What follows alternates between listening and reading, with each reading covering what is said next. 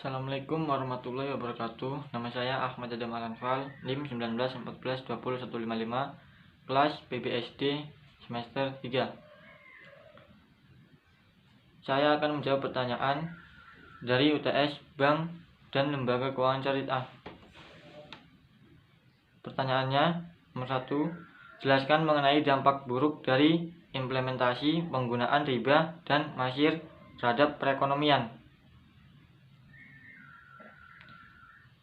Yang pertama, ketidakadilan distribusi pendapatan dan keyakinan prinsip riba atau bunga yang memberikan hasil tetap pada suatu pihak pemodal dan hasil tetap pada pihak lawan atau pengusaha.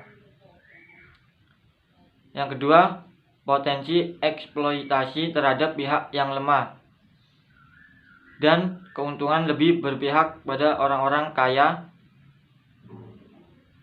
Sistem riba memiliki kecenderungan terjadinya akumulasi modal pada pihak bermodal tinggi.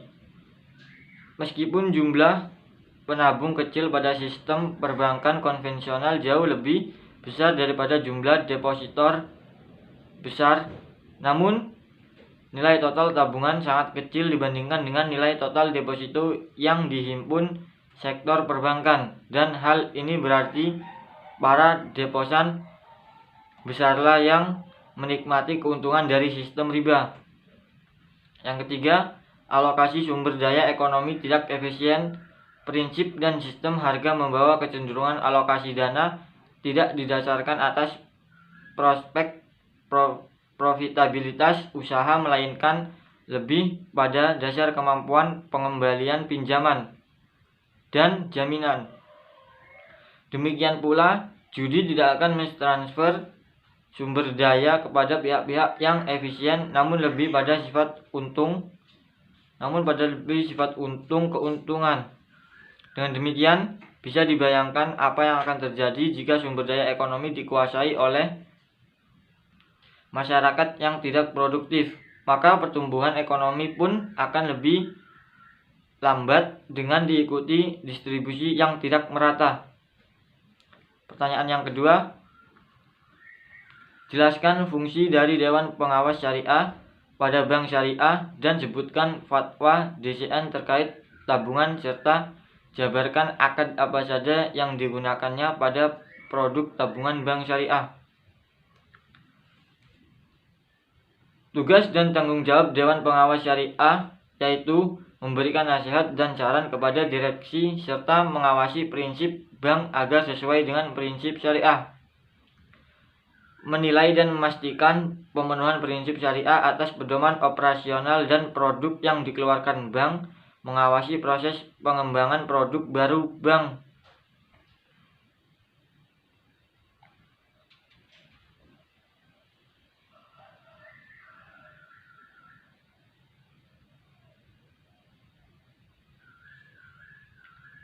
Fatwa tentang tabungan.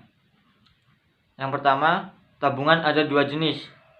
Tabungan yang tidak dibenarkan secara syariah, yaitu tabungan yang berdasarkan perhitungan bunga. Tabungan yang dibenarkan yaitu tabungan yang berdasarkan prinsip mudharabah dan wadiah.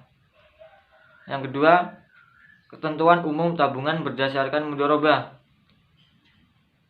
Dalam transaksi ini, nasabah bertindak sebagai sohibul mal atau pemilik dana, dan bank tidak bertindak sebagai mudharib atau pengelola dana.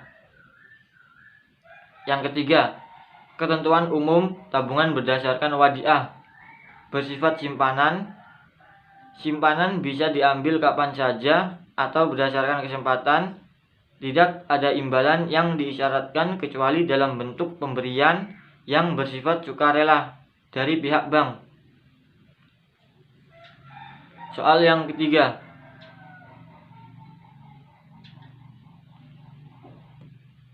jelaskan mengenai kendala pengembangan Baitul Mal wat Tamil atau yang disebut BMT. Yang pertama, akumulasi kebutuhan dana masyarakat belum bisa dipenuhi oleh BMT. Hal ini yang menjadikan nilai pembiayaan dan jangka waktu pembayaran kewajiban dari nasabah cukup cepat dan belum tentu pembiayaan yang diberikan BMT cukup memadai untuk modal usaha masyarakat.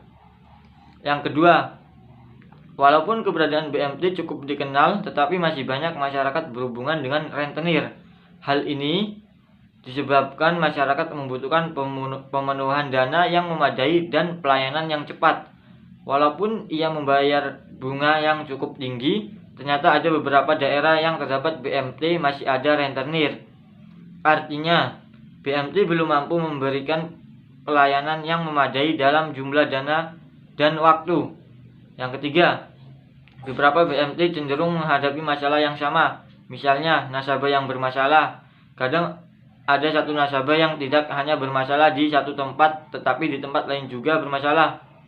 Oleh karena itu, perlu upaya dari masing-masing BMT untuk melakukan koordinasi dalam rangka mempersempit gerak nasabah yang bermasalah. Yang keempat, BMT cenderung menghadapi BMT lain sebagai lawan yang harus dikalahkan, bukan sebagai partner dalam upaya untuk mengeluarkan masyarakat dari permasalahan ekonomi yang ia hadapi. Keadaan ini kadang menciptakan iklim persaingan yang tidak alami, yang tidak islami. Bahkan hal ini mempengaruhi pola pengelolaan BMT tersebut lebih pragmatis. Yang kelima, dalam kegiatan rutin BMT cenderung mengarahkan pengelola untuk lebih berorientasi pada persoalan bisnis, sehingga timbul kecenderungan kegiatan BMT bernuansa pragmatis lebih dominan daripada kegiatan yang bernuansa idealis. Pertanyaan yang keempat, sebutkan perbedaan antara asuransi syariah, asuransi konvensional, dan asuransi syariah.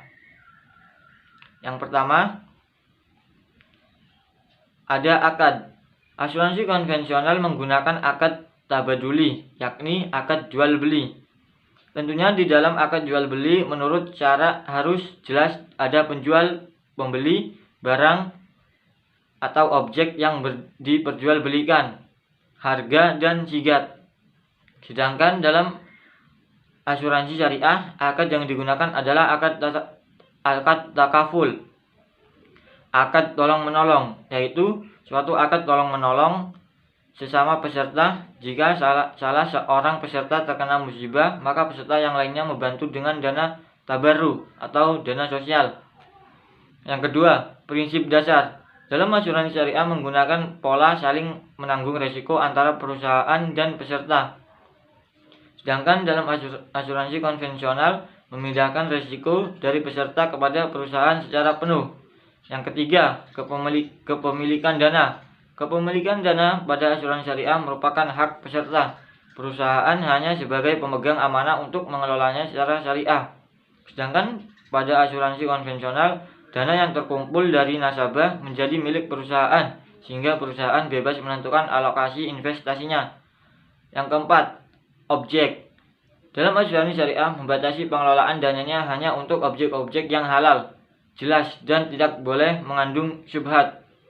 Namun dalam asuransi konvensional tidak membedakan objek yang halal atau haram, yang terpenting objek tersebut mendatangkan keuntungan. Yang kelima, investasi dana. Dalam asuransi syariah, jika premi dari nasabah belum dipakai, maka dana tersebut diinvestasikan kepada lembaga keuangan yang berbasis syariah dan didasarkan pada sistem bagi hasil. Adapun dalam asuransi konvensional, pengelolaan investasinya pada sistem bunga yang mengandung unsur maghrib. Sekian, terima kasih. Wassalamualaikum warahmatullahi wabarakatuh.